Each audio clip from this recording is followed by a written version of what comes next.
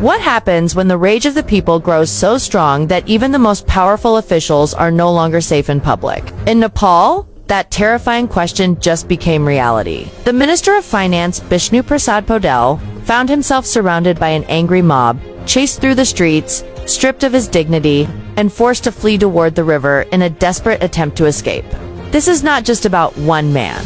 This is about a nation boiling over with frustration, anger, and an unshakable demand for justice. Welcome back to our channel. Today's story takes us deep into the heart of Nepal, where unprecedented chaos is unfolding. Before we dive in, don't forget to hit that like button.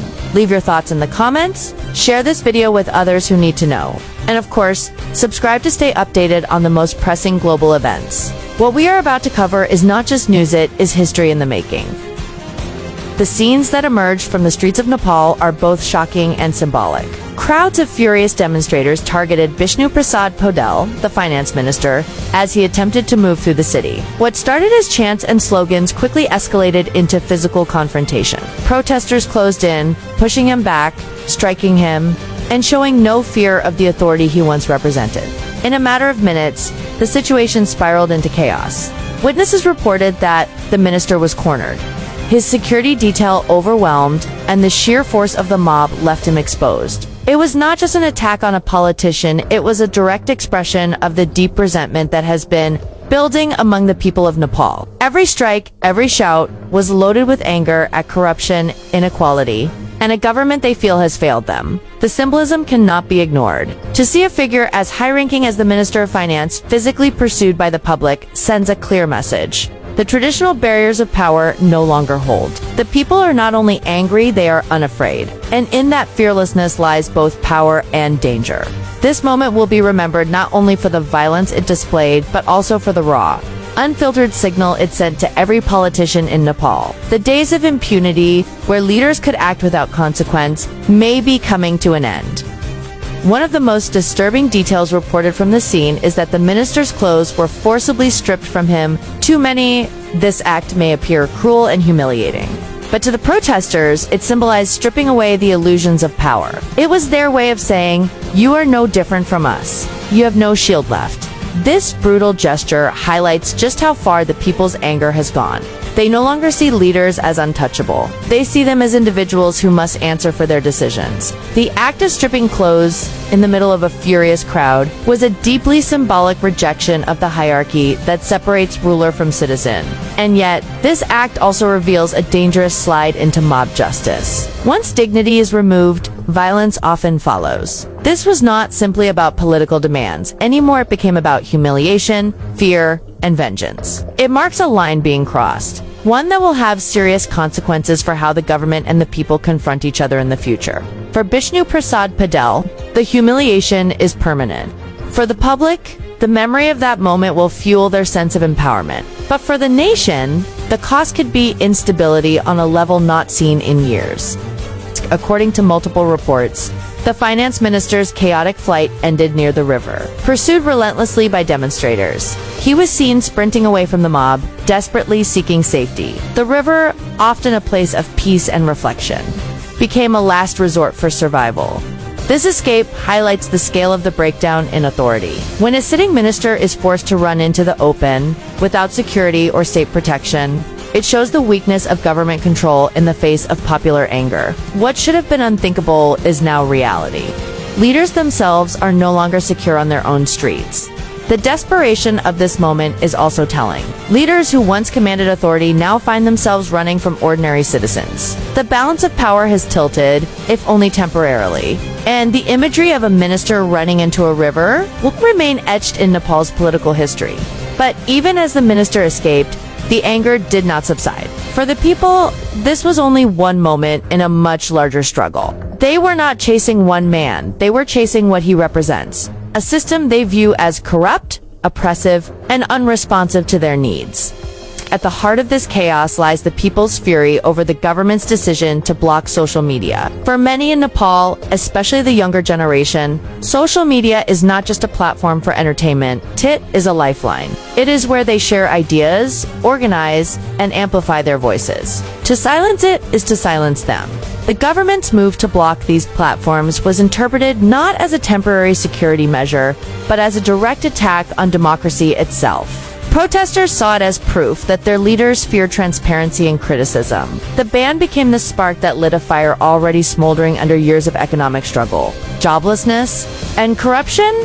Corruption in Nepal is not just an occasional scandal, it is seen by many as a daily reality that eats away at trust and opportunity. For young people who already face limited chances for education and employment, the sense of betrayal is overwhelming. They feel as though their leaders are profiting while they are left behind. This is why the protests spread so quickly and turned so fierce. They were not just about one law or one minister, they were about years of frustration finally erupting into action. Observers have dubbed these demonstrations the Gen Z protests. Unlike past movements, which were often led by older politicians or activists, this uprising is driven primarily by the youth. These are young men and women who grew up in the digital age, who see democracy not as an abstract concept, but as something they must actively defend. Gen Z in Nepal is highly connected, politically aware, and unwilling to accept the limitations that past generations endured. Their role in the protests is evident in the sheer energy, the speed of mobilization, and the creativity of their resistance. Even when social media was blocked, young people found alternative ways to communicate and organize. Their demands are clear. They want accountability. They want jobs, and they want corruption to end. They are not afraid to confront authority directly, as seen in the treatment of the finance minister. To them, this is not just politics, it is survival. Yet, their boldness also brings risks. As the protests intensify, the potential for violent clashes increases, and young lives could be lost in the struggle. The courage of this generation is inspiring, but it also raises urgent questions about what sacrifices they will have to endure to achieve their vision of a better Nepal. The protests have not remained peaceful. Fires have been lit, property destroyed, and officials attacked. The attack on Bishnu Prasad Podel is just one example of how quickly peaceful demonstrations can descend into violence. Each act of destruction sends shockwaves through the country and deepens the sense of crisis.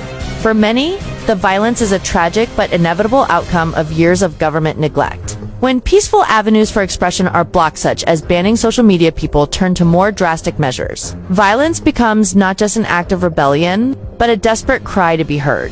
But violence also carries devastating consequences. It risks alienating sympathetic voices, giving the government justification for harsher crackdowns, and pushing the nation further from resolution. The fire of anger may burn bright, but it can also consume the very people who lit it. Nepal now stands at a crossroads.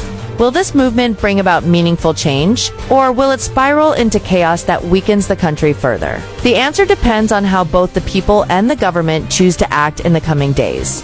Understand why the finance minister was singled out. One must look at the role of corruption in Nepal's political and economic system. Bishnu Prasad Podel, as the nation's top financial official, represents more than just economic policy. He represents years of perceived mismanagement, broken promises, and financial inequality for ordinary citizens. Every scandal, every misuse of public funds feels like a theft from their own lives. They see politicians grow wealthier while their own communities struggle with poverty, poor infrastructure, and lack of opportunity. The finance minister, therefore, became the symbol of this injustice. The inequality is not just financial, it is also about power. Citizens feel excluded from decisions that affect their lives. And when leaders suppress criticism, it only deepens the wound. By going after Podel so directly, the protesters sent a clear message. Corruption will no longer be tolerated, but corruption is not an easy enemy to defeat. It is woven into the fabric of many institutions,